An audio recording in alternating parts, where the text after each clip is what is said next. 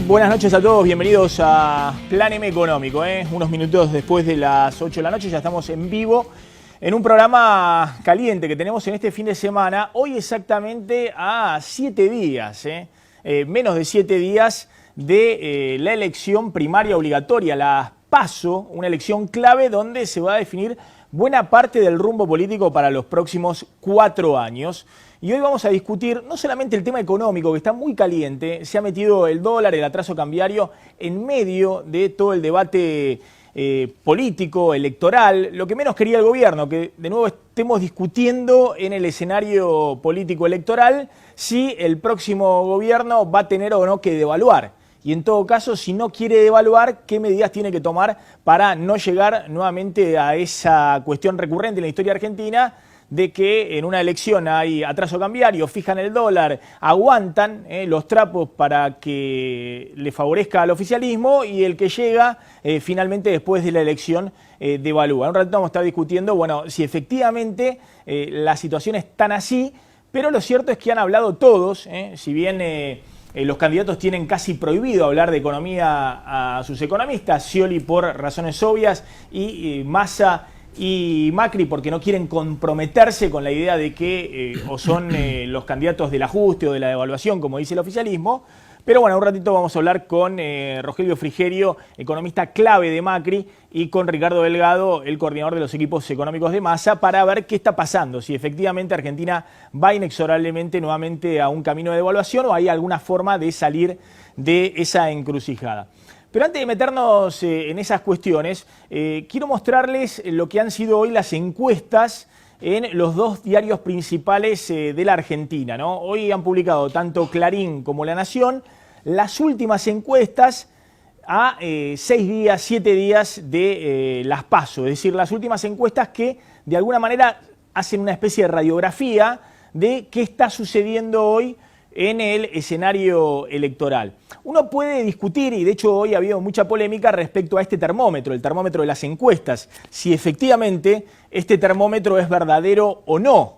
Pero bueno, están publicándolo tanto Clarín como La Nación, encuestas, algunas contratadas incluso por el oficialismo, como es el caso de Poliarquía. Después vamos a discutir si mienten estas encuestas, si dicen la verdad, si efectivamente hay un escenario de segunda vuelta y de balotaje entre Scioli y Macri, o si acá se está discutiendo quién gana en primera vuelta. Pero bueno, ¿qué dicen estas encuestas? Los últimos sondeos antes de la elección. Esta es la encuesta de Poliarquía, que insisto, es una encuestadora que tiene un prestigio, que tiene una trayectoria, pero que hace años que viene trabajando junto a los equipos de Daniel Scioli.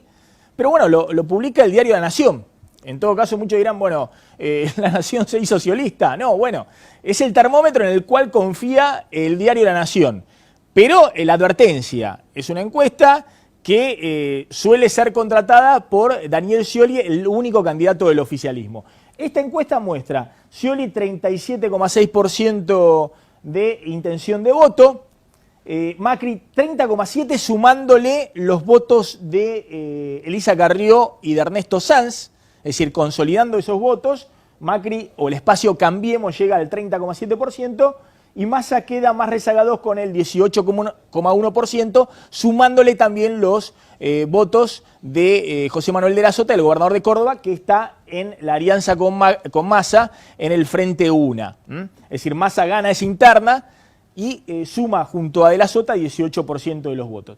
Bueno, esta encuesta, que todos hoy salieron a decir, bueno, ese escenario de balotaje, porque no se dan ninguno de los dos requisitos de una primera vuelta, es decir que, por ejemplo, Scioli gane con más de 40% de los votos y le saque 10 puntos al segundo, o que gane con más de 45% de los votos, no importa la diferencia con el segundo. Esto no se da ni siquiera en la encuesta de Poliarquía contratada por Scioli. Pero atención, porque Poliarquía hace estas proyecciones, fíjense la proyección respecto a qué puede pasar hacia octubre, y le da a Scioli entre 38 y 41% de proyección, a Macri entre 31 y 34%, y a Massa de 18 al 21% de proyección.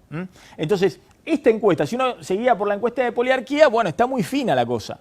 si efectivamente Scioli saca, lo que dice Poliarquía, saca 7, 8 puntos de diferencia en las PASO respecto a Cambiemos, todos consolidados, estamos hablando de Macri, Sanz y Elisa Carrió, bueno, tiene altas chances en octubre de poder estirarse a 10 puntos de diferencia.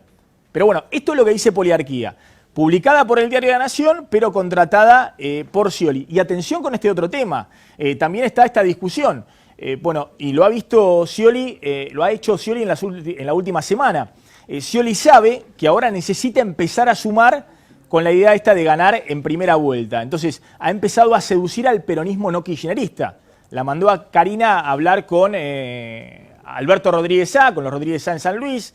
La mandó a Karina a hablar con De la Sota en Córdoba, con la idea de que eventualmente en octubre, si De la Sota queda en el camino o los Rodríguez Sá quedan muy relegados, ahí puede sumar parte del peronismo no kirchnerista. Bueno, vamos a las otras encuestas, las que publica Clarín. Insisto, ahora vamos a discutir un poquito también con Marcos Novaro, que es sociólogo, bueno, analista político. Sí dicen o no la verdad estas encuestas, pero están contratadas en algunos casos por el oficialismo, pero publicadas por los dos principales diarios de la Argentina que son insospechados hoy de hacer kirchnerismo. Bueno, ahí está la encuesta de OPCM, de Zuleta Puseiro, que también ha encuestado bastante para el oficialismo.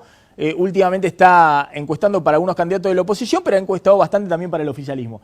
Le da a Scioli 35,9%, Macri 29,1%, Massa 22%.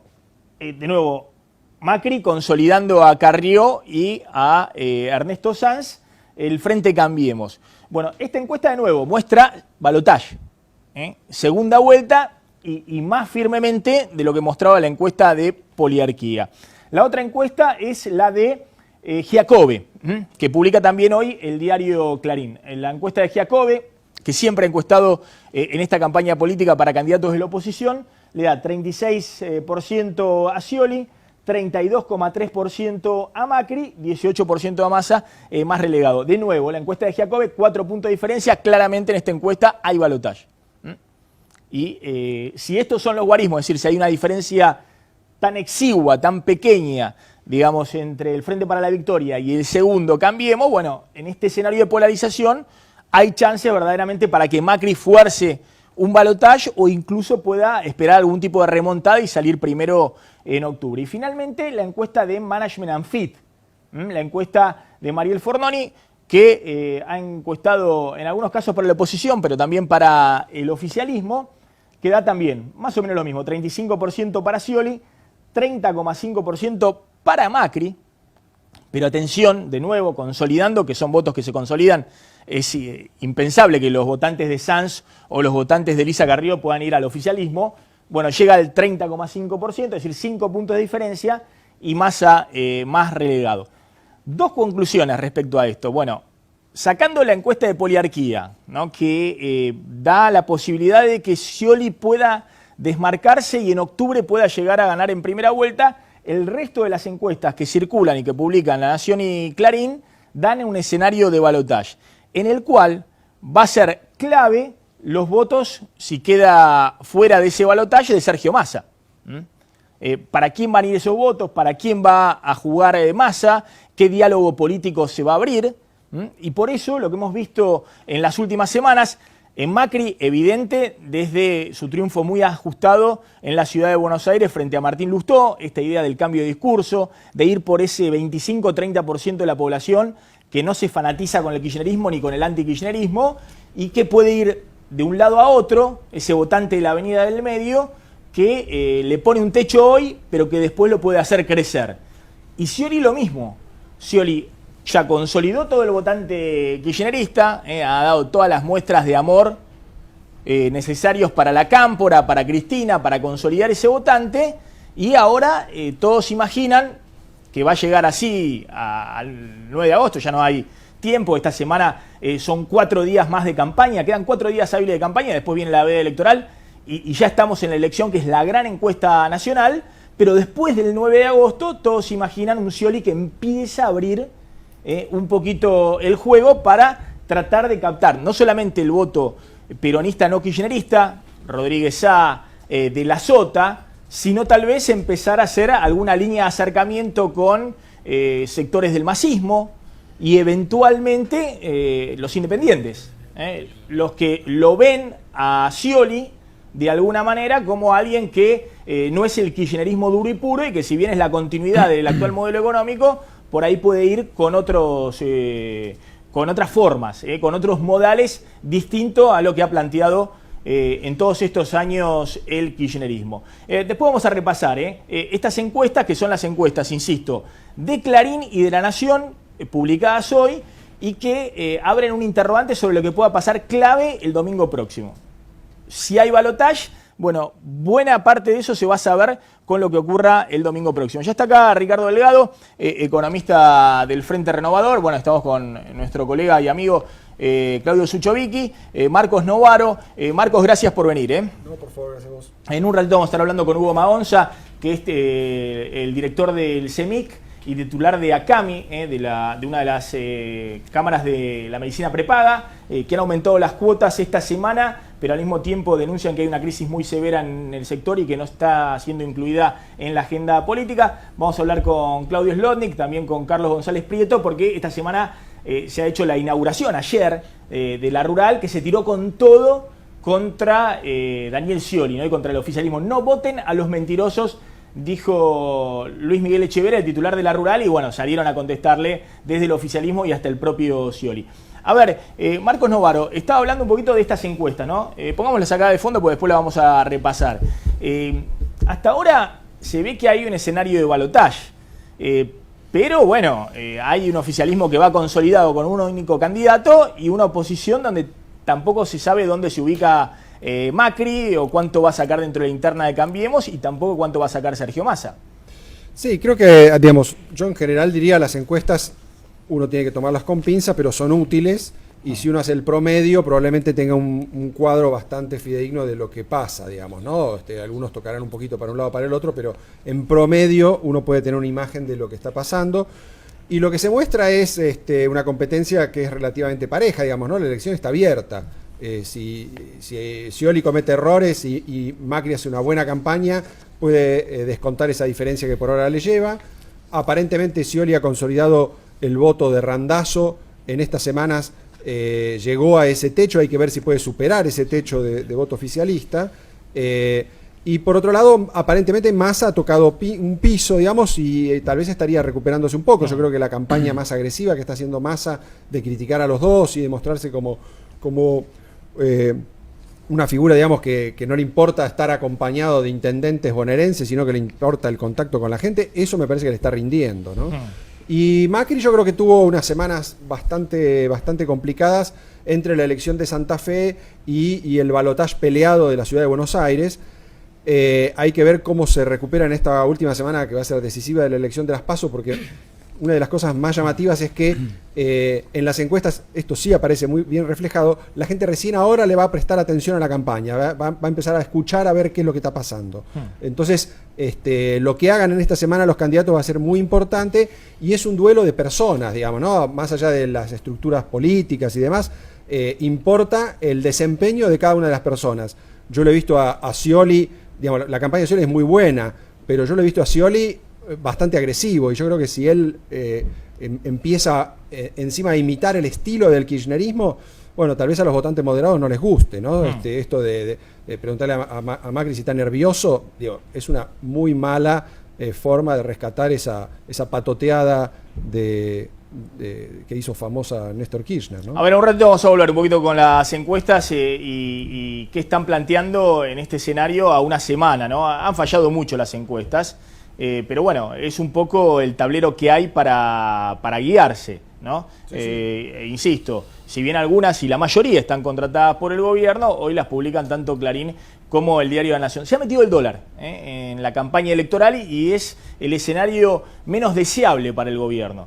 Y ya está jugado el escenario hasta la semana próxima. El gobierno ha vendido un récord absoluto, 682 millones de dólares de dólar ahorro para tratar de controlar el paralelo alrededor de los 15 pesos para que no se le dispare. Claudio, si no se hubiese vendido esta parva de dólares inmensa, en julio el paralelo no estaría en 15 pesos. Estaría mucho más arriba de los 15 pesos. A ver, lo tenés el dato ahí, el dólar ahorro es impresionante. Lo que se ha vendido en julio del dólar ahorro.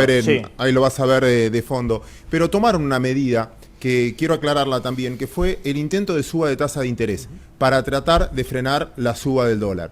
Y déjeme decir algo, esto tiene éxito en los países muy bancarizados. En los países de alta informalidad y donde no están tan bancarizados, ejemplo el nuestro, estas medidas a veces quedan quietas. Ahora Ricardo me corregirá, pero será una bancarización del 15-20% en la Argentina. En Brasil tomaron la misma medida, pero hay una bancarización del 45%. Bancarización significa cuántas de las personas tienen su plata dentro del régimen bancario, cuántos tienen plazo fijo. Y la verdad que en cantidad de gente, el número es importante, pero en cantidad de gente es muy baja. Una suba de tasa de interés lo que provoca muchas veces es que, como el Estado, a través de un subsidio o a través de un bono, te paga 30% anual, no viene plata nueva. No es que la gente vende dólares para comprar pesos, porque los dólares, si los vende Blue, no los pueden entrar al sistema. Con lo cual no seduce a nadie y lo único que está haciendo es sacarle plata a otros, pymes y demás, que alguien que antes compraba un cheque o colocaba plata de alguna manera, lo saca de ahí y lo pone acá porque paga más tasa de interés. Está bien, Claudio, pero quedó en claro que lo mismo la suba de un par de puntitos de tasa de interés para el depositante en plazo fijo no ha frenado esta corrida al dólar muy importante. Por eso decía, uno de los motivos es la poca bancarización. Claro. Otro de los motivos, que lo vamos a hablar hoy, es que hay muchos circulantes de pesos dando vuelta en la calle. Y la informalidad en la economía argentina aumentó. Entonces, en esa informalidad también está la explicación por qué tenés demanda de dólar blue y, obviamente, ante el aumento de la brecha, más gente ve tentador comprar el dólar oficial. Por eso tuviste esa demanda que ves en el cuadro ahí, otra vez récord, y fíjate que tenés otro dato ahí que me parece significativo en el gráfico, que lo van a ver en rojo la línea, que también empezó a aumentar la brecha, y eso retroalimenta el juego. Ahora, claro, impresionante, casi 700 millones de dólares se vendieron de dólar ahorro en julio, récord absoluto. En julio del año pasado se habían vendido 200 millones de dólar ahorro. Es decir, claramente este fue el elemento, semejante cantidad de dólares baratos que volcó para un sector de la clase media el gobierno. 1 millón de personas compraron en julio dólar ahorro. Es decir, estamos hablando, estamos hablando de cuánto, 20 estadios de River. La mitad 20, no, más, ¿no? Son 50.000 personas el estadio de River. 20 estadios de River llenos de personas del sector de clase media que pudieron comprar el dólar a 11 pesos. El dólar subsidiado, el llamado dólar ahorro, y compraron 700 millones de dólares. En promedio cada uno compró 700 dólares. La mitad del superávit comercial se llevaron. Claro, en un solo mes. En un solo mes. Bueno, y 700 dólares promedio per cápita por persona, estamos hablando del 95% son empleados en relación de dependencia, una mínima fracción autónomos o cuentapropistas, digamos, ¿no? Bueno, el que tiene un excedente va y compra dólares. Y la AFIP le da la posibilidad de comprar este dólar barato para mantener después el paralelo por debajo de los 15 pesos o alrededor de los 15 pesos y que no se dispare. Muchos dicen si esto tiene sentido en una economía que aparte después necesita dólares para importar insumos y demás y seguir produciendo. Pero está claro que el gobierno viene en un esquema de entregar todos los dólares que pueda para mostrar de que puede controlar el dólar paralelo antes de la elección y que no devalúa el tipo de cambio oficial. Ricardo Delgado. Fíjate, Maxi, que en realidad lo que pasó en julio además es, a diferencia de lo que venía sucediendo hasta mayo, en donde la brecha, la línea roja, venía cayendo, esos dólares que vendía el Banco Central, una parte iban a abastecer la oferta del dólar blue. A partir de junio, y en particular con más fuerza desde julio, aquel que compra dólares baratos se los guarda. No se da vuelta y los vende en el blue. Entonces hay un proceso, como decía bien Claudio, de más pesos en circulación en la economía y menos dólares que van a ofrecerse en el mercado paralelo. Claro, pero acá hay una paradoja, ¿no? Porque muchos dicen, bueno, acá hay 1 millón de personas que en julio compró dólares a 11 pesos y en vez de venderlos a 15 y hacerse una buena diferencia como venían haciendo todos los meses, se los guarda. Ahora, todos dicen, mirá, si acá haces mínimamente las cosas que hay que hacer de señales y demás, el dólar a 15 es un dólar caro en la Argentina. No tiene por qué estar el dólar a 15. Depende. ¿O me equivoco? Digo, pues por ahí es un mal negocio comprarlo a 11 y no venderlo a 15. Yo te diría, Maxi, que depende. 2 de los 3 candidatos principales no dicen qué van a hacer con la inflación, no dicen qué van a hacer con el mercado cambiario. Plantean en algunos casos fantasías acerca de eliminar el cepo en 24 horas. Digo, la gente puede tener un poco de miedo, digo. No se sabe cuáles son los equipos que están detrás de cada uno de esos candidatos. Hablan poco de economía, ¿no? Digo, no sé si es irracional comprar a 11 y guardarlo. La verdad que no lo sé. Bueno, y este era el cuadro que había mostrado el otro día Claudio Suchovicki. En enero-junio del año pasado, el primer semestre del año pasado, el superávit comercial, los dólares genuinos que entraban a esta economía eran 3.300 millones de dólares. Y el Banco Central había vendido solo 850 millones de dólares de dólar ahorro para mantener controlado el paralelo.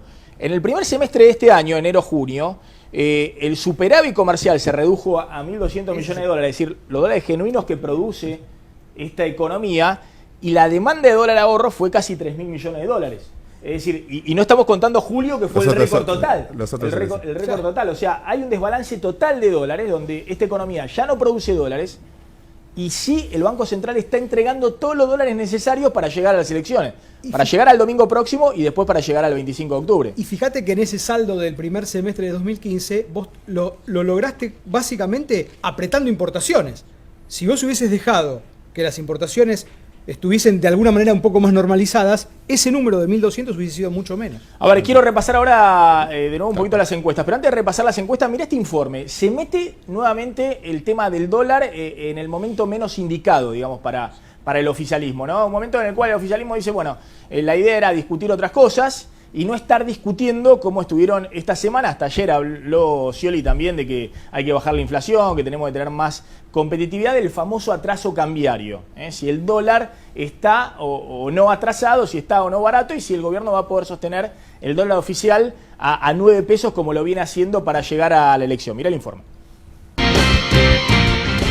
Cuando la Casa Rosada menos lo deseaba, el dólar blue volvió a colarse en la agenda de la campaña electoral. En el segundo día de la semana, la divisa volvió a subir en el mercado paralelo. Llegó a tocar los 15 pesos y la brecha con el dólar oficial superó el 60%. La semana pasada, el gobierno nacional había apelado nuevamente al manual de la ortodoxia, subir la tasa de interés para los plazos fijos y anclar el dólar oficial con la venta de reservas del Banco Central. Sin embargo, la receta de Axel Kicillof y del presidente del Banco Central, Alejandro Banoli, esta vez no dio resultado.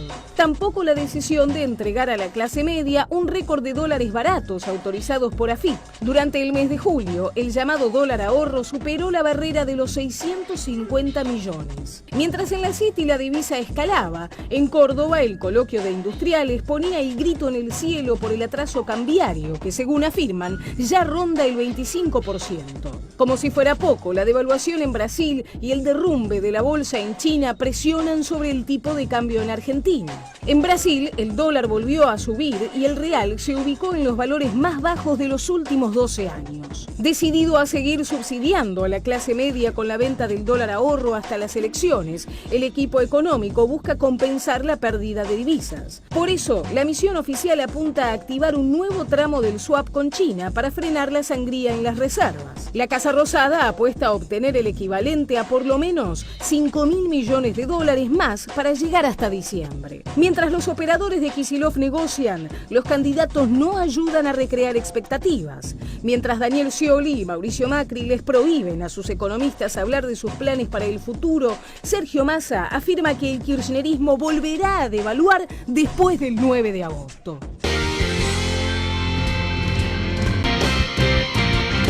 Cuando la Casa Rosada menos lo decía. Bueno, polémico lo que dijo el otro día Sergio Massa en Plan M, ¿no? De que iban a devaluar después del domingo próximo, el 9 de agosto. Uno tiende a pensar que no, que el gobierno va a tratar de sostener hasta el 25 de octubre el tipo de cambio oficial, ¿no? A ver, y controlar el paralelo. No, a ver, lo que dijo Sergio Massa fue básicamente que el gobierno va a seguir y a profundizar su esquema de microdevaluaciones, Maxi, que es básicamente modificar de a centavos semana tras semana, que es lo que vino haciendo y seguramente lo va a acelerar a partir del 9, justamente porque lo que se está viendo es que se necesita más caja fiscal y algún cierto alivio a economías como las regionales que están en una situación muy compleja. De alguna manera no está diciendo que va a haber una mega devaluación ni nada que se le parezca. A ver, estamos hablando un poquito de las encuestas y le quiero preguntar a Marcos Novaro y ahora me va a contar Carlos González Prieto qué pasó ayer, ¿no? Con el presidente de la Sociedad Rural diciéndole mentiroso a Scioli y no voten a los mentirosos, si eso tiene algún tipo de gravitancia política o no. Estamos repasando, ¿no? Decíamos, estas son las encuestas que publicaron hoy tanto el diario Clarín como el diario La Nación. La encuesta de poliarquía que publicó La Nación y que es también una consultora que encuesta para Scioli, es la que más arriba lo muestra. Casi estamos hablando de 7 puntos de diferencia con Mauricio Macri consolidando los votos de Elisa Carrió y Ernesto Sanz. Y más atrás queda Sergio Massa. Pero esta encuesta de poliarquía, atención, porque todos dicen, bueno, también da balotaje, pero poliarquía está proyectando una diferencia mayor para octubre. Y bueno, la pregunta ¿es una encuesta certera o es una encuesta que se acomoda a los deseos del oficialismo, ¿no? Esto de que el oficialismo puede estirarse a 38, 41 puntos y que Macri anda entre 31 y 34, es muy justo. Digamos, tiene que haber 10 de diferencia de Scioli para poder ganar en primera vuelta en octubre. Todavía no lo hay, pero según la de poliarquía se está muy cerca. Insisto, la que hoy publicó el diario La Nación. Y las otras 3 que hoy publica el diario Clarín, muestran claramente el escenario de balotaje, ¿no? La encuesta, a ver, repasemos, la de OPCM, que da nada más que 6 puntos de diferencia. Bueno, acá hay un poquito más, ¿no? Acá hay también 7 puntos de diferencia para Scioli, pero más lejos del 40% Scioli, acá consolidando todo Macri. Después está la de Giacobbe, que da 5 puntos de diferencia a favor de Scioli. Esta es la de Giacobbe, menos 4 puntos para Scioli de diferencia. Y después está la de Manage and Fit, que le da 5 puntos de diferencia a favor de Scioli. Estas las que publica hoy el diario Clarín. A ver, mostrámela acá para que se pueda también ver la de Manage and Fit. Ahí estamos hablando de 5 puntos de diferencia. La pregunta es si esto, por un lado, puede ser modificado, digamos, si por ahí es una foto que no es correcta. Delgado dice que no, porque tienen otros datos en el Frente Renovador. Sí, a ver, yo cuando veo estos números y sobre todo viendo la experiencia reciente, y uno trabaja con estadísticas permanentemente, viendo la experiencia reciente de que se planteaba una polarización inexorable en la Argentina, por un lado, los resultados de las elecciones provinciales y lo que decían las encuestadoras. Recordemos el caso, los 20 puntos de diferencia que le daban a Pichetto en Río Negro, digo, ¿no? Y Pichetto perdió. Vamos a la última, la Ciudad de Buenos Aires daban todas las encuestadoras poliarquía 10 mayor. puntos de diferencia. Sí. Y yo, bueno, y terminaron 10 puntos de diferencia a favor de Larreta. A favor de Larreta, ¿no? 10 puntos. Y si hacíamos un promedio, como dice Marcos, daba 10 puntos de diferencia. Fueron 3 puntos. La verdad que hay que tener mucho cuidado. Hay que tener mucho cuidado. Yo creo que las encuestas dicen poco de lo que está pasando. Insisto, sobre todo porque le vienen errando sistemáticamente. Por supuesto, los números que tenemos en el Frente Renovador son otros, pero más allá de eso, nosotros estamos viendo en las 2 últimas semanas mucha gente valorando la presencia de Massa con propuestas ante el silencio del oficialismo y del PRO, ¿no? Ustedes ven a Massa más cerca de Macri en un escenario donde no está tan polarizada. No, claramente, la polarización incluso ahí se ve que no existe como tal, que era un elemento que los analistas políticos planteaban como inexorable en la Argentina. Bueno, me parece que, hay mucho voto volátil, según lo que dicen nuestros propios encuestadores y los que analizan estas cuestiones dentro del Frente Renovador, mucho voto volátil que se va a ir, obviamente, consolidando a partir de esta última semana. Bueno, Marcos Novaro, a ver, esto de alguna manera también puede cambiar por el tema de la situación económica o eventualmente por esto que hablamos, digamos, sectores que empiezan a jugar más duro en contra del oficialismo. Echeverri ayer diciendo son unos mentirosos, no los voten. Bueno, creo que la economía sin duda que va a pesar, ¿no? Siempre el ciclo económico ha estado muy atado, muy estrechamente vinculado con el ciclo político en estos años.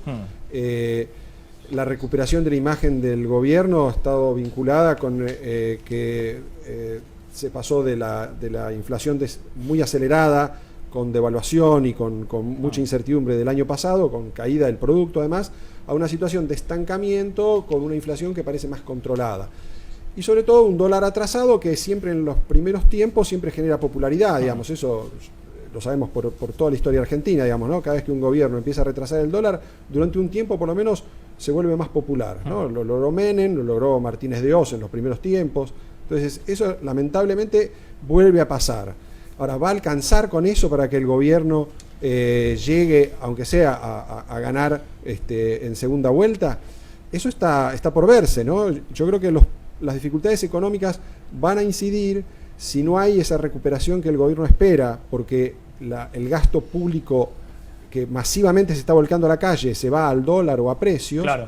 Entonces la elección va a ser peleada. Y tal vez el argumento del gobierno de que el dólar es una amenaza a la soberanía y que el problema no es la mala gestión económica, sino que es los buitres y el imperialismo y la gente que compra dólares porque no son buenos argentinos. Esa explicación tal vez canse, ¿no? Porque durante un tiempo generó cierto efecto de acompañamiento, pero yo creo que es una mala explicación y es evidente que el problema es estructural y el gobierno no lo está resolviendo, ¿no? Bueno, esto es lo que dijo Luis Miguel Echeverría ayer en la inauguración de la rural. Si sospecha que aquellos que usted está por votar mienten, anunciando obras inexistentes, las cifras que cuentan la inflación, la pobreza o el costo que tiene alimentarse, siendo pobre, no los vote. Y después la frase categórica, ¿no?, de Echeverría, que dicen no vote a mentirosos. Le salió a contestar Daniel Scioli, el candidato del oficialismo, que dijo Echeverría y la sociedad rural hablan desde la bronca, hablan desde la bronca, por eso son tan duros con esta frase Miguel Echeverría, ¿no? Algunos dirigentes de una entidad rural priorizan y anteponen una cuestión política y se dejan llevar por la bronca. Carlos González Prieto, estuvo caliente ayer el escenario de la rural y la inauguración de la muestra ahí en el predio rural de Palermo. Sí, Maxi. Sí. Varias veces dijo, no los voten, no los voten. Era como insistente la cuestión. Sí, Luis Miguel Echeverría, el presidente de la rural. Es justo decir también que pasaron por la exposición el resto de los candidatos a presidentes, menos Daniel Scioli. Estuvo Mauricio Macri ahí. Esta es una foto de la mañana de ayer. Estuvo Lilita Carrió, Ernesto Sáenz, Sergio Massa, José Manuel de la Sota, Margarita Stolbizer, todos los candidatos a presidente y muchos candidatos a gobernadores, intendentes, mucha política en la rural. Incluso, Maxi, Daniel Scioli, antes de este discurso, intentó tirar algunos puentes. Por ejemplo, la semana pasada estuvo en la rural Gustavo Marangoni, que es un hombre muy muy cercano al sciolismo. Está ahí en la mesa chica del sciolismo, es el presidente del Banco de la Provincia de Buenos Aires. Anunció ahí en el corazón de la rural créditos por miles de pesos para los productores agropecuarios. Por otro lado, en el restaurante central de la rural, que es un ámbito social que cualquiera puede ir a comer, pero está todo el establishment almorzando allí, se reunió con Echeverría, lo vi yo porque justo estaba almorzando a 5 metros, y estuvo más de 45 minutos hablando, Gustavo Marangoni con Luis Miguel Echeverría, que Marangoni es muy muy muy cercano a Daniel Scioli. Sí. Sin embargo, eso no alcanzó para que Echeverría neutralice el discurso y no, digamos, sea ahora, un poquito hoy los más sectores manso del campo, ¿no? Sí. Los de la rural y demás, ¿están poniendo las fichas acá en Mauricio Macri como o lo ven como el líder de la oposición? Porque Macri estaba hoy al lado con Juliana Aguada del presidente de la rural, cuando el presidente de la rural se tiró en un discurso durísimo contra Scioli y contra el gobierno, y bueno, Macri aplaudía, ¿no? E incluso en un momento desde la tribuna lo empezaron a avivar, se siente Macri presidente, y se levantó y saludó así a lo Perón, un poquito incómodo quizás, porque no sé si es tan bueno en términos políticos pegarse demasiado a la sociedad rural. En un momento donde él está captando votos pseudo kirchneristas, si querés. Sí. No fue el único candidato que estuvo, te decía, estuvo Sáenz, estuvo Carrió, estuvo Sergio Massa, Labaña, sí fue el único que acompañó en el acto inaugural. Pero otro dato también político de esta pelea campo-gobierno que viene muy dura, muy de golpes muy bajos desde el 2008, desde aquella resolución 125. Desde la 125 en el 2008, siempre el presidente de la sociedad rural dejaba inaugurada la muestra con sus 4 compañeros de la comisión de enlace, ¿no? Con el presidente de Federación Agraria, con INAGRO, con Federaciones Rurales Argentinas y el presidente de la rural. Ayer no estuvo el presidente de Federación Agraria. Ella es una bandera para el gobierno que logró neutralizar a Omar Príncipe, que es el actual presidente de Federación Agraria, que no está acompañando a la mesa de enlace. En paralelo, Maxi, a esto que pasó la semana pasada, están empezando en distintos lugares de la Argentina ya los productores por motus propio a movilizarse. Hubo una protesta muy grande llegando a Rosario de frente a General Motors, en Las Breñas, también en Chaco, en La Pampa, en distintos lugares de la Argentina. Y atención, anunció Echeverre para el 5 de agosto, ahora para la semana que viene, protestas en distintos pueblos de la Pampa Húmeda, por lo que venimos comentando después de las PASO, todo después de las PASO. No, dijo, iba a ser después de las PASO, pero ahora lo anunció para el 5 de agosto, para antes de las PASO. Mira vos. Para el miércoles. Mira vos. Sí. Para meterse un poquito, medio inconveniente, ¿no? Justo. Yo hablé recién con Rubén Ferrero, el presidente de CRA, y dice, vamos a ir en cada pueblo, cada sociedad rural, de las PASO, ahora a llevarle semana, exactamente a cada intendente, a cada candidato a concejal, las propuestas del campo. Bueno, a ver, ¿qué dijo Kicillof? ¿No? Porque hay algunos que dicen que Kicillof es una especie de jarrón chino, hoy para el gobierno, sobre todo no para Scioli, ¿no? Que desde el oficialismo después tiene, si efectivamente está liderando las encuestas y tiene aspiraciones a suceder a Cristina, que manejar un bolonqui económico importante, fundamentalmente de dar certidumbre que no va a devaluar. Ninguno quiere llegar al gobierno y después devaluar. Es decir, el dólar estaba a 9 y ponerlo a 11 o a 12 en otro valor, ¿no? Pero Kicillof sale últimamente con intervenciones más en campaña que como ministro de Economía. No sé si tiene mucho valor la palabra de él como ministro de Economía, pues el 25 de octubre ya está.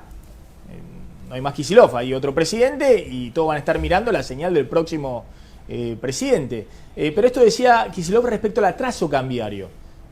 Muy enojado porque hablaron, dirigentes de la Unión Industrial, también el titular de la Bolsa, Adelmo Gavi, y muy enojado Kicillof diciendo no hablen del atraso cambiario porque jode a la gente. No sé cuánto tiempo nos va a llevar convencer a la gente. Mira, si vos vas a Brasil, por ejemplo, en Brasil... No hay inflación, no hay una inflación y ahora, del 20%. ahora ya están en 9-10 de inflación, sí. Que es, ¿pero por qué? Porque han movido el dólar, y cuando se mueve el dólar se mueven los precios, cosa que experimentamos todos los argentinos. Digo, para el club ese de los devaluadores, que se devalúen, eso jode a la gente. Sí. Y lo dicen hoy en tapa enorme, creo que Clarín. Hay un atraso al 35. Hermano, no mientas más con eso porque jode a la gente. O decí todo el paquete. Entonces cuando empiezan que está atrasado. Además, el real, por ejemplo, ha subido, ha bajado. Bueno, no hay atraso cambiario. Kicillof discutiendo lo mismo que discutíamos en el 2013, ¿no? Cuando después ganaban la elección y después terminaron devaluando.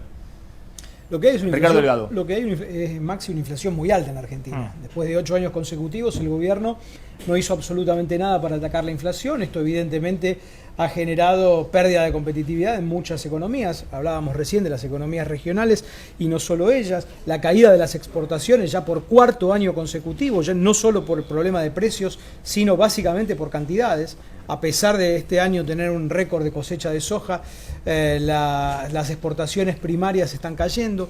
Me parece que la Argentina tiene que empezar a darse los debates que merece darse después de 3 décadas democráticas, en donde evidentemente no se ha hecho demasiado por resolver en los últimos años las cuestiones de fondo. Y por eso estamos hablando de si el dólar está atrasado o si tenemos o no tenemos dólares. Básicamente porque la inflación es muy alta. Bueno, ahí está Rogelio Frigerio, el presidente del Banco Ciudad, que acaba de llegar, uno de los economistas de Macri. Están prohibidos los economistas de Macri hablar de economía, están con la palabra censurada, lo vamos a saber ahora cuando emita sus primeras palabras Rogelio Frigerio. Gracias por venir, Rogelio. No hay atraso cambiario. Hay un serio problema de competitividad en la economía argentina, sobre todo en algunos sectores que ya están en agonía absoluta, como las economías regionales. Pero la competitividad tiene muchos factores, el tipo de cambio es uno de esos. Cuando vos hablás con los empresarios y les preguntás cuáles son los problemas que tienen, no te dicen solo el tipo de cambio, te hablan de la falta de acceso al crédito, te hablan de la asfixia impositiva, te hablan de los problemas logísticos, de la infraestructura, de los recursos humanos. Está todo mal, digo. No simplifiquemos el problema de la competitividad solo en el numerito del tipo de cambio. Y tiene razón Kicillof, no es gratis la devaluación. Por eso sorprende que el gobierno hable mal de la devaluación cuando fueron los maestros de la devaluación. Arrancaron con el dólar a 3 y hoy está a 9 el oficial, a 15 el blue. El mismo ministro Kicillof arrancó con $1 a 6 en su administración y ya está a 9 o a 15. Entonces, ¿cómo hablan? Es parte del relato la no devaluación. Devaluaron a lo loco. La devaluación que hizo el gobierno en enero del 2014 fue la más alta del mundo en aquel momento. Ningún otro país devaluó tanto como la Argentina. Acá se ve claramente la diferencia entre el relato y la realidad. Usted dijo que el dólar a 15 era caro. Para mí, con un gobierno de Mauricio Macri, el dólar a 15 es caro, sin duda. Claro, pero estamos contando que hay 1 millón de personas que compraron dólar ahorro a 11 en julio, a 11 pesos, el oficial más 20%, y que la gran mayoría después no lo vendió en el paralelo, sino que lo atesoró, porque considera que en vez de venderlo a 15, por ahí puede estar más alto. ¿Hicieron mal negocio? Yo creo que si uno cree que va a ganar Mauricio Macri las elecciones, para mí el dólar a 15 es caro. En algún momento, cuando gane Mauricio y recuperemos la confianza, van a entrar dólares en la Argentina. Y el dólar es como cualquier bien. Si vos tenés mucho de un bien, ese precio baja y eso va a pasar con el dólar. Es un tema de confianza. Hay que liberarnos del cepo, volver a crecer y van a venir los dólares, sin duda. Como pasa en la mayoría de los países del mundo, ¿no? El tema de la falta de dólares durante estos años, en donde la Argentina soñaba con algún dólar, no era un problema del resto de los países de la región. Ocurría solo en la Argentina. El resto de los países tenían que luchar contra el efecto contrario, contra el exceso de dólares. ¿Por qué la Argentina es un caso aislado en donde faltan dólares, mientras durante todos estos años en el resto de los países sobraron? Básicamente porque en la Argentina no hay confianza. Ese es el gran tema. Yo decía que los candidatos tienen que decir, y dar señales. Si no van a devaluar, dar las señales. Si no vamos a devaluar, por tal cosa. Pero bueno, ¿están convencidos de que no hay que devaluar? Sí, claro, por supuesto. Sin duda. A ver, coincido con Rogelio. Me parece que una economía que viene normal no necesita ni debe pasar por el mal trago de una devaluación. Devaluar es básicamente castigar el salario y es castigar a los que menos tienen. Fundamentalmente esa es la lógica. Y digamos, lo que decía también Rogelio, este es un gobierno que ajustó la economía a través de una gran devaluación en enero del 2014, 20% de la noche a la mañana, de 6 a 8.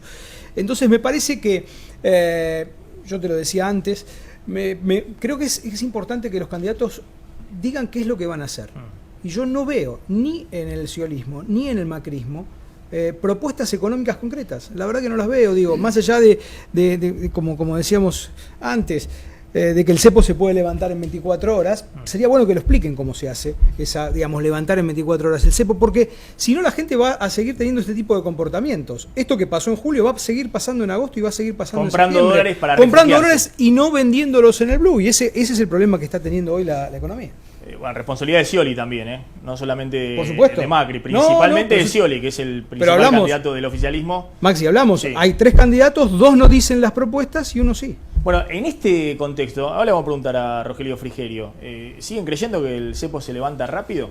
Sí, yo coincido con lo que dicen otros candidatos en que el cepo no se puede levantar rápido. Para otros candidatos que han participado de este gobierno cuando se implementó esta aberración económica que es el cepo, les va a costar mucho recuperar la confianza como para liberarlo, porque formaron parte de este gobierno, convalidaron, apoyaron el cepo cambiario. Es difícil convencer a la gente, a los mercados, de que vos ahora pensás que eso está mal. Si lo apoyaste en su momento. Ahora, si levantás el cepo, ¿no Mauricio Macri, todo el mundo a comprar los dólares a 9 pesos? Perdóname, depende de la confianza. Mauricio Macri siempre estuvo en contra del cepo. La economía se tiene que liberar rápido del cepo, porque no es casualidad de que desde la implementación del cepo no crecemos, no creamos empleo, no vienen inversiones.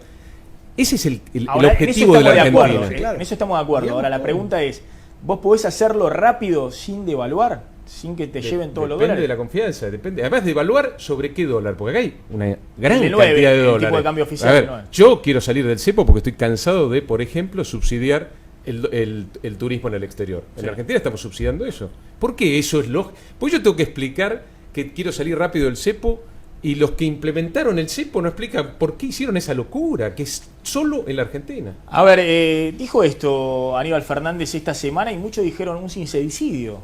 Mejor que no hable de economía el jefe de gabinete. Dijo que bueno, que si levantan el cepo, en 3 días el Banco Central pierde la reserva. Entonces uno dice, bueno, algo pasa en la economía argentina. Si Chile, Brasil, Uruguay, todos los países, salvo Venezuela, no tienen cepo y nadie está pensando que van a perder las reservas en el Banco Central. ¿Es tan así? A ver, esto dijo Aníbal Fernández. también ayer salieron a decir que eliminarían entre comillas, cepo. Vuelvo a insistir, el cuidado de las divisas sigue siendo una prioridad para los argentinos que no emitimos dólares. En ese marco lo que seguimos haciendo es crecer con nuestras reservas, que están en 33.900 millones de dólares, con muy poquita deuda, con lo cual prácticamente son todas propias. Usted puede tener 1.000 millones de dólares de reserva, pero tener 1.000 millones de dólares de deuda y no tendría nada, absolutamente nada. Tenemos muchas reservas que son protegidas y cuidadas como corresponde, y que van en el sentido contrario de este tema. Entonces, si se abriera la posibilidad de que cualquiera fuera a cualquier lugar y compre dólares, como dicen ellos, te perderíamos las reservas en 3 días. Bueno, es fuerte, no vamos a discutir la reserva. Hay 7.500 millones de dólares de la reserva que son el préstamo de China. Es decir, que a los 34.000 de reserva hay que restarle 7.000 y pico, o sea que hay, no sé, 27.000 de reserva, más o menos 28.000 millones de dólares. Y 27.000 de reserva. Y 2.000 que no pudimos pagarle por el fallo. Claro, hay 2.000 que hay que girarlo, que no son ya del Banco Central, sino que son de los acreedores, apenas se destrabe. Es decir, hay 25.000 de reserva.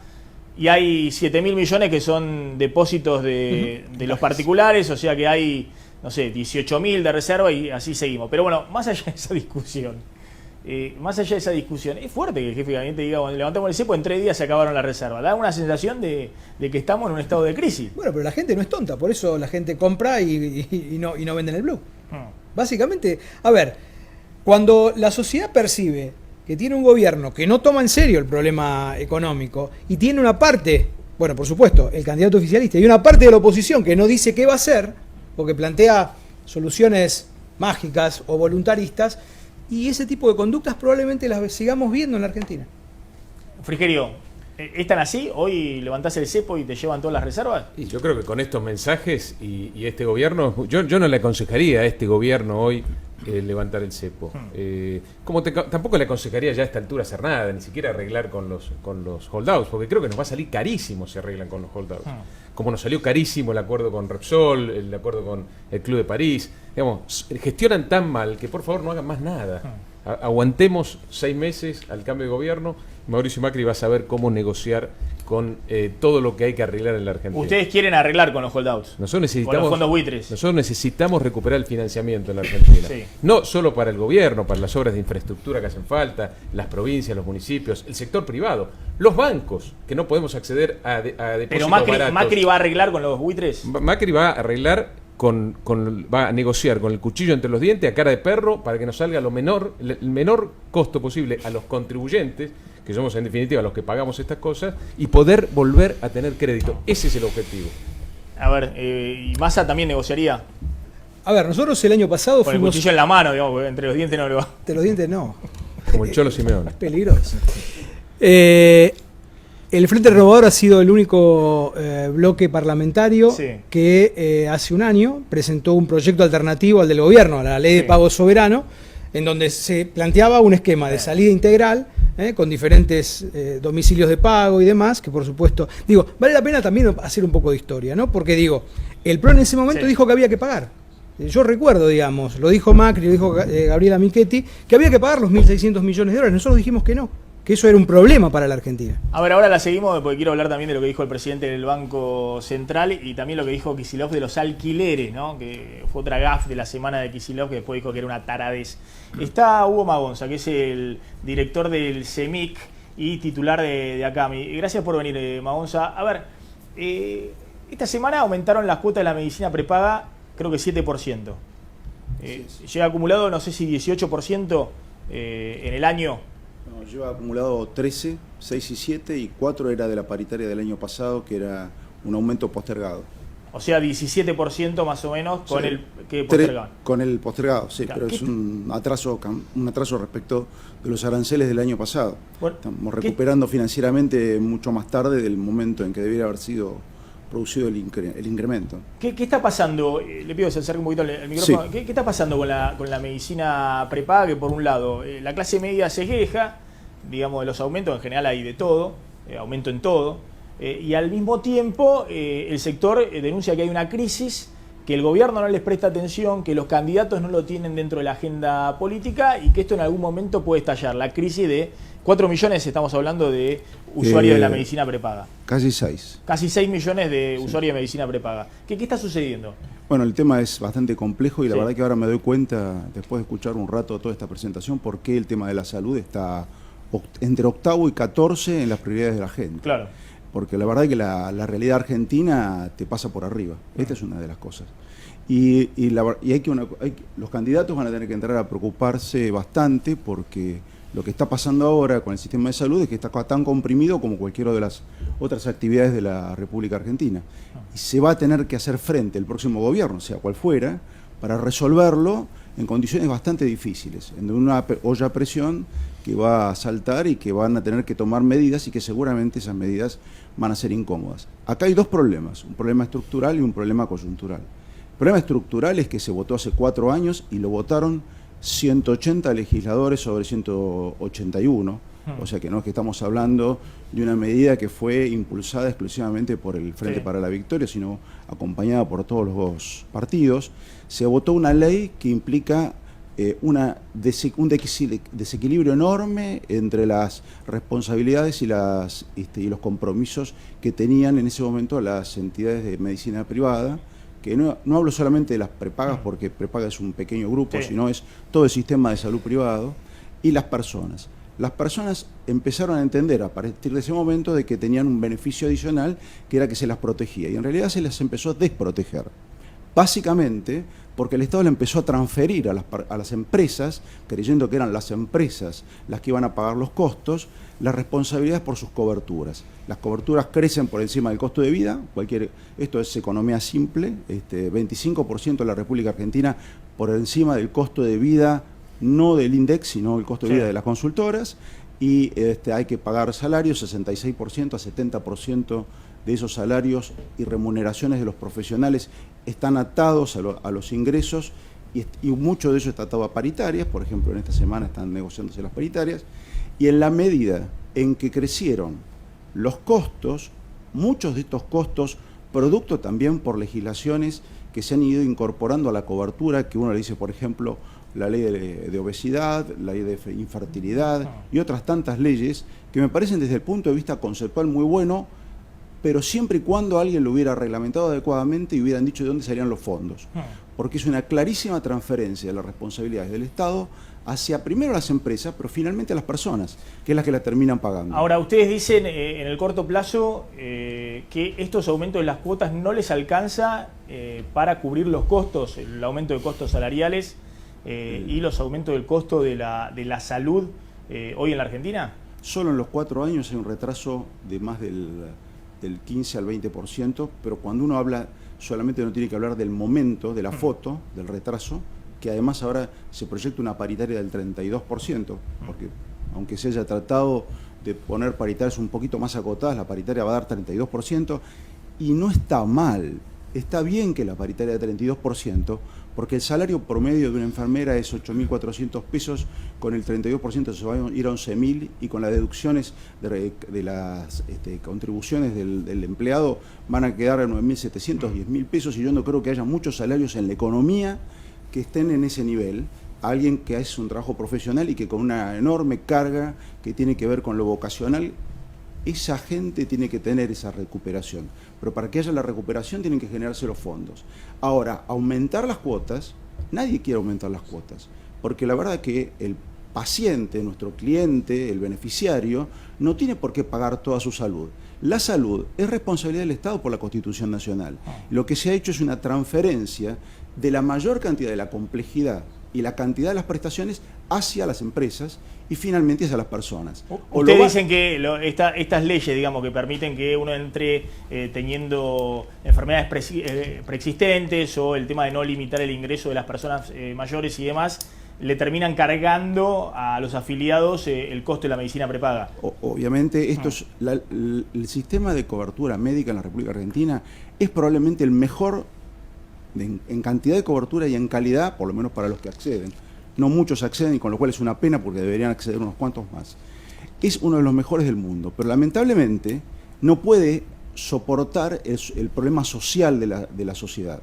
no puede a los enfermos absorberlos sin tener un incremento de cuota, por lo menos a través de lo que viene del... Porque si no, lo termina pagando la gente. Lo vamos a seguir discutiendo, vamos a ver. Me parece que es un tema delicado, ¿no? En un sector que además se ha concentrado mucho, ¿no? Que hay dos grandes jugadores, Swiss Medical, OSDE y demás, y también hay otros jugadores más pequeños que han perdido capacidad también financiera y demás para responder. Ahora, también es cierto que el lado de la clase media, la clase media el año que viene va a estar con los aumentos de tarifa que alguno va a hacer, digamos. Sea Scioli, Macri, Massa, vienen los aumentos tarifarios, vienen los aumentos permanentes de la inflación, de los servicios privados que han aumentado mucho, y bueno, encima el tema de la medicina prepaga, ¿no? Que para la clase media, para un sector de la clase media, estos 6 millones de usuarios, es algo que se resisten a dejarlo, digamos, ¿no? Es una especie de insumo esencial en la canasta de cierto sector de la clase media. Lo primero que hay que tratar de hacer es que la gente no lo vea como una cosa que si la pierde no tiene alternativa. El Estado debe generar alternativas para que la elección de una cobertura médica sea una opción y no una necesidad. No se sientan cautivos de un sistema. Pero para eso tiene que generar reglas claras como en cualquier parte de la economía. Esto también tiene un componente de la economía porque cualquiera que está fuera del sistema se puede incorporar al sistema enfermo, tomar los recursos y volver a salir. A ver, en cualquier lugar del mundo eso se comporta la gente de igual manera, con una racionalidad en su comportamiento y un egoísmo que es el egoísmo habitual del comportamiento humano. Gracias, vamos a seguir con este tema, digamos, pues está hoy, como dice, vamos ya en el número 28 de las prioridades de los candidatos, pero hay todo un tema ahí también respecto a la salud en general, ¿no? Al sistema público, al sistema de obras sociales y al sistema de la medicina prepaga. A ver, otra de las frases de Kicillof esta semana respecto a los alquileres. Esto había dicho en un principio Kicillof que quería regular poniéndole un impuesto a las viviendas vacías para que haya más oferta de viviendas en alquiler y se reduzca el precio de los alquileres. Hay que regular desde el Estado el tema de los alquileres, hay que regularlo. No digo fijar un alquiler máximo, digo por lo menos, decía Mariano el otro día, Recalde, si un tipo tiene un inmueble desocupado y no lo alquila, cobrémosle un impuesto, así lo vuelca al mercado y eso baja de mercado los alquileres. Hay mucho para hacer. Bueno, ahí lo dijo clarito Kicillof, ¿no? Quería ponerle el impuesto. Después se corrigió Kicillof y dijo que era una taradez. Esto que había que lo sacaron de contexto, que era verdaderamente una taradez. ¿Lo tenés ahí cuando Kicillof se corrige? Y hoy anuncian, Kicillof dice que va a poner un impuesto a los inmuebles no alquilados. Lo quiero desmentir porque la verdad que es una taradez, no lo dije. Hay mucha fábula y mentira y tiene un dejito electoral y un poco de desesperación porque no andan saliendo algunas cosas bien por ahí. Invito a ver mis entrevistas para que vean que eso es fábula, es mentira y no es noticia. Bueno, está en un gran momento, Kicillof está como una especie de analista de la economía, ¿no? Cuenta una cosa, después dice otra, el tema de los alquileres, al fin y al cabo es una taradez. ¿Hay agenda para Kicillof de acá al 25 de octubre? ¿Podría hacer algo para mejorar la situación económica? Frigerio, ¿qué le recomendaría a Kicillof de acá al 25 de octubre? Tiene la obligación de hacerlo como funcionario. En la Argentina la situación social es muy delicada. No, está bien, pero ahora, en 3 meses, digamos, una semana para la elección de las PASO y después... Yo me contento con que no haga más daño. Porque cuando uno analiza lo que hizo Kicillof en su administración como ministro, los resultados son lamentables, en todo terreno. No se crece, el dólar sube, hay más inflación. Digo, no pegó una. Yo me contento ya a esta altura con que no haga más daño. Pero que no haga más daño significa que no hable, que no genere esta incertidumbre, este miedo. A ver, de vuelta, volvemos al principio del programa. ¿Por qué se vendieron 682 millones de dólares en el mercado blue? No, a ver cuándo se vende en agosto. Por eso, en el mercado oficial, por este tipo de cosas. La gente tiene miedo, evidentemente tiene miedo cuando ve este tipo de...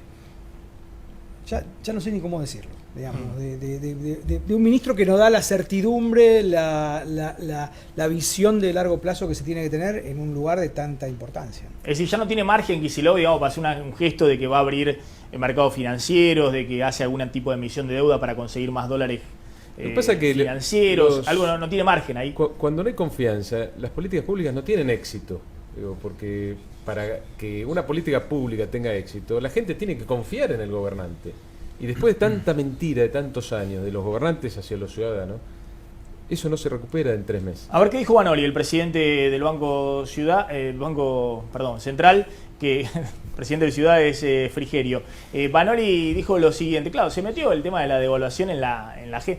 Exacto, estamos viendo una especie de volver al futuro, ¿no? Exactamente lo mismo del 2013, cuando el gobierno sostuvo el dólar a 6 pesos hasta la elección, y después de la elección devaluó y llevó el dólar a 8, ¿no? Levantar todas las reglas cambiarias de golpe es devaluar y vaciar las reservas, y dijo que los que quieren hacerlo en realidad tienen que decir que quieren devaluar. La devaluación no es el camino, la descarto de plano, hay que tratar de trabajar sobre la competitividad y bueno, de nuevo acusó a Macri y a la oposición de querer devaluar, Frigerio. 12 años hace que son gobierno, 12 años. No puede estar peor la competitividad de la Argentina. Y son los que más han devaluado. Me cuesta ver si hay otro país que devaluó tanto su moneda como este. O sea que no puede ser tanta diferencia entre el relato y la realidad. El ministro Kicillof, insisto, asumió con el dólar a 6 y hoy está a 9 o a 15. Esa es la realidad, eso es lo que la gente ve. Ellos son los grandes devaluadores y tratan de alguna manera, endilgarle eso a la oposición.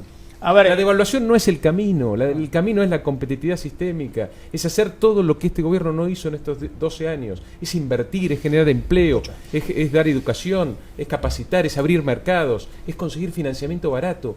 Eso es mejorar la competitividad. Yo siempre digo que si efectivamente las encuestas marcan un poquito la realidad, Scioli tiene una responsabilidad especial, digamos, en crear expectativa después del 25 de octubre.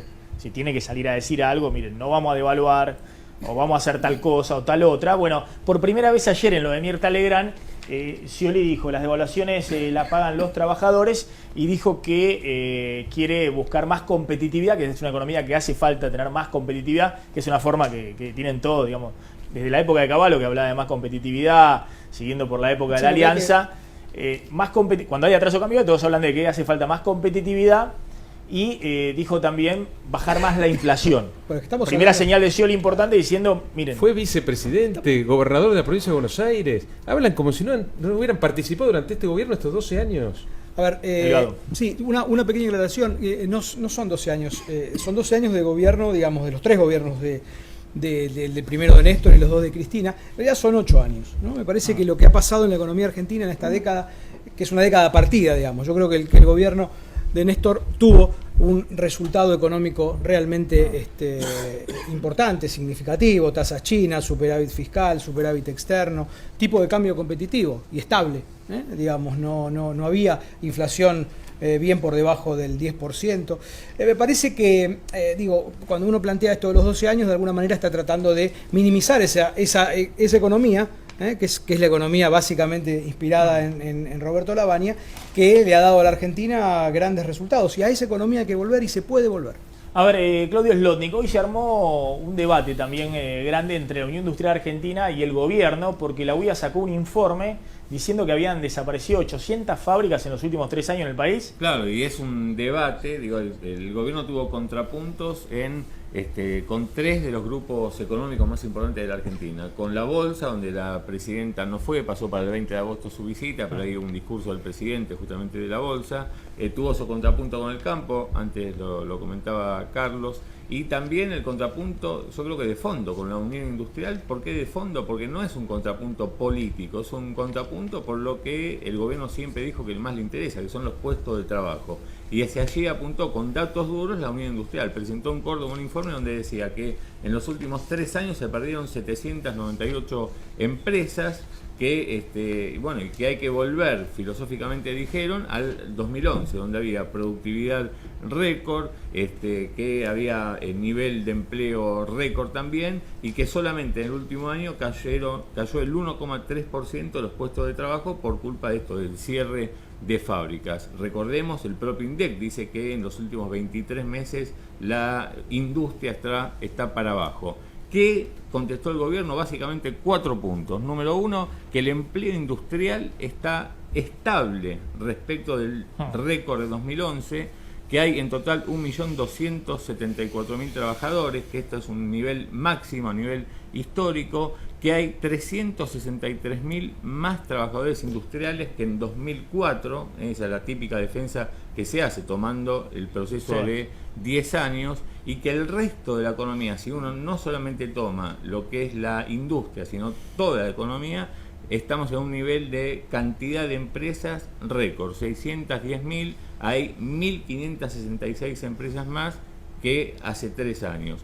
Paradójicamente o llamativamente, el propio Ministerio de Industria, cuando da a conocer en qué nivel de empleo hoy está la Argentina industrial, te muestra que está, es cierto, en valores semejantes a los del 2011, pero en valores por debajo a los del 2012 y 2013.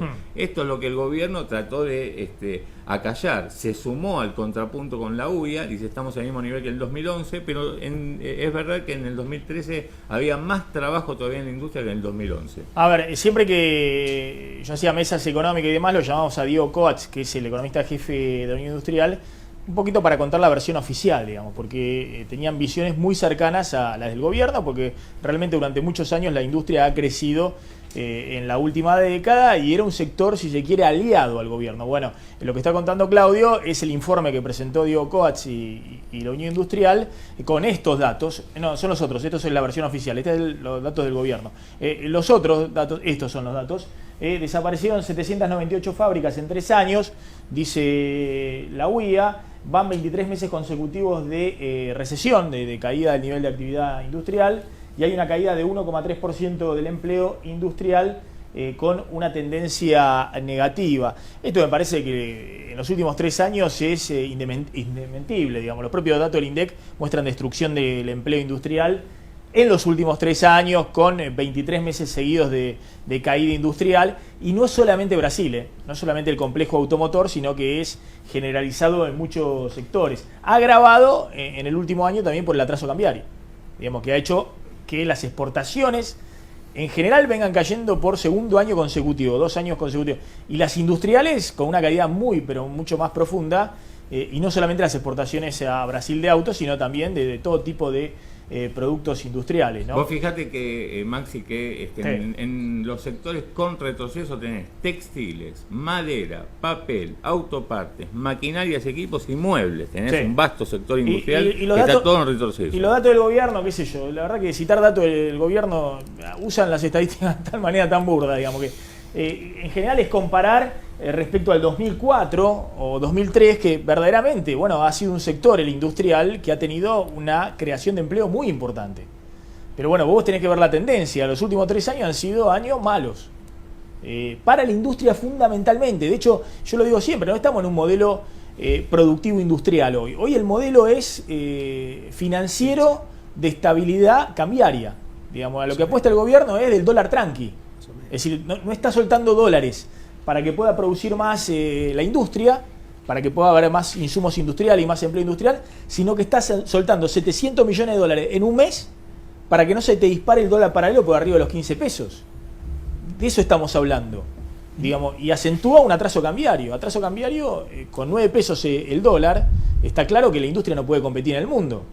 Ahora también está claro que no pueden devaluar, que si sueltan ese dólar, enseguida la inflación te hace un desastre en la economía. Entonces han entrado en una trampa donde hoy el modelo es de estabilidad financiera.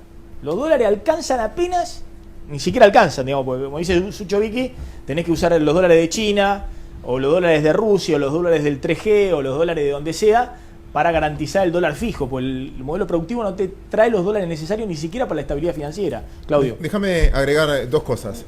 Hablemos de futuro y de la tendencia, porque finalmente es la foto de hoy. Algo agradezco a Milcar Collante, el primer gráfico que veías. Argentina está generando los dólares genuinos para mantener y sostener esta economía. Esto tiene que ver balanza comercial, ya vimos que no. ¿Va a aumentar esta balanza comercial en el futuro? Y a este tipo de cambio y en este contexto creo que no. Vamos a cantidad de pesos, el informe que traíamos hoy. Hay un viejo dicho que dice que no se genera riqueza emitiendo billetes, sino se genera riqueza fabricando lo que la gente demanda, produciendo. Entonces se nos ocurrió hacer, un amigo Manuel Ollamburu, tratar de ver qué grado de pesos se están dando vuelta en la calle, la masa monetaria, el circulante, no lo que está en plazos fijos, el circulante, lo que tenemos en los bolsillos más a primera vista. Algunos más, otros menos, en promedio el circulante, entre los bolsillos que tiene Frigerio y lo que tiene Delgado. Lo que tiene Claudio Slotnick el promedio, digamos. Algunos tienen menos, otros tienen más. El promedio, ahí está. Tengamos en cuenta que Argentina financió gran parte de su déficit en los últimos tiempos emitiendo dinero. Por lo tanto, hay mucho más pesos, como bien explicó Ricardo también, esos pesos se trasladan a inflación y demás. Entonces, ¿qué se nos ocurrió hacer? Los pesos que tuvieron las masas monetarias en la historia argentina comparada con la cantidad de habitantes, para tratar de sacar el promedio. ¿Cuántos pesos había en el bolsillo de los argentinos en los distintos periodos? En poder de compra. Entonces, agarraba, en 1960 éramos 20 millones de argentinos. La masa monetaria daba por unidad, en aquel momento había pesos, moneda nacional. ¿Por persona? 6.786. En los 70, 398 pesos ley porque la denominación era más chica, ahí ya le habíamos sacado 3-0. Sí. Después, el mayor de la historia fue a finales de los 80, pero recuerden que había billetes de 10.000 y de 1.000.000 de pesos y venían sellados. Ahí fue el máximo de pesos dando vuelta en la calle, ¿sí? Mal distribuidos si quieren, pero de pesos dando vuelta. La gente se los sacaba de encima. Con la hiperinflación del 89-90. Que terminó así. Después tenés los sucesivos años y ahora estás en el 2015, la masa monetaria dividido la cantidad de habitantes en el segundo techo histórico de la Argentina, en este peso, 12.960. Por eso digo, hablamos del dólar, hablamos de la inflación, pero en realidad se emitieron muchos pesos y no se aumentó la inversión para aumentar la producción de bienes. O sea, aumenta la demanda de pesos, porque hay muchos pesos en la calle, y no aumentó la oferta. Llámese de productos, porque no son competitivos, por la economía regional, como nos explica Carlos todo el tiempo, o porque no generamos los dólares genuinos. Y por eso tenés presión no solo en el dólar, en el valor de cada uno de los activos. Hasta, como nos enteramos hoy, el conflicto con la medicina. A ver, para entender esta discusión también, ¿no? Porque Kicillof ha dicho que es un verso que emitir billetes, emitir pesos, genere inflación. Si tenés, ¿no? A ver, perdón, si tenés infraestructura ociosa puede ser. Pero cuando tenés infraestructura pero depende mucho de la demanda. Estados Unidos puede emitir muchos dólares, como emitió para salir de la crisis del 2008. Empapeló de dólares el mundo, salvo en la Argentina, había exceso de dólares en todos lados.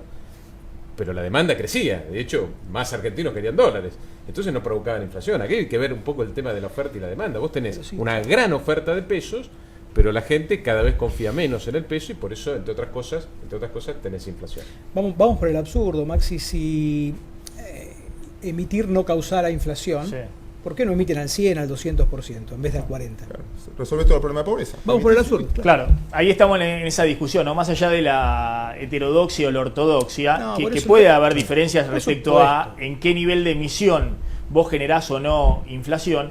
Está claro que Argentina no puede emitir como Estados Unidos indefinidamente pesos, porque si no, es inexplicable que en esta campaña, por ejemplo, no estén emitiendo 200.000 millones de pesos más y estén triplicando la asignación por hijo, pagando más obra pública. Digamos, si fuera así el problema, es una cuestión de ponerlo a vudú en el Banco Central con los amigos de Chicone y resolver el problema de la pobreza. O que explique el ministro por qué enterró la bandera del desendeudamiento. Precisamente por esto. La Argentina se vuelve a endeudar, porque ahora ya el verso del desendeudamiento tampoco existe, precisamente porque se dan cuenta que esto tiene un límite, que la emisión monetaria tiene. Claro, ahora el gobierno está, para explicarlo, prefiere emitir bonos del Banco Central o bonos del Tesoro en pesos, o emitir, como se emitió hace unos meses, bonos en dólares, tanto YPF o el Tesoro Nacional, pues se dan cuenta que emitir papelitos, pesitos de 100 pesos de Evita, es devaluarlo cada vez más. Pero siguen emitiendo, están emitiendo más rápido ahora que el año pasado,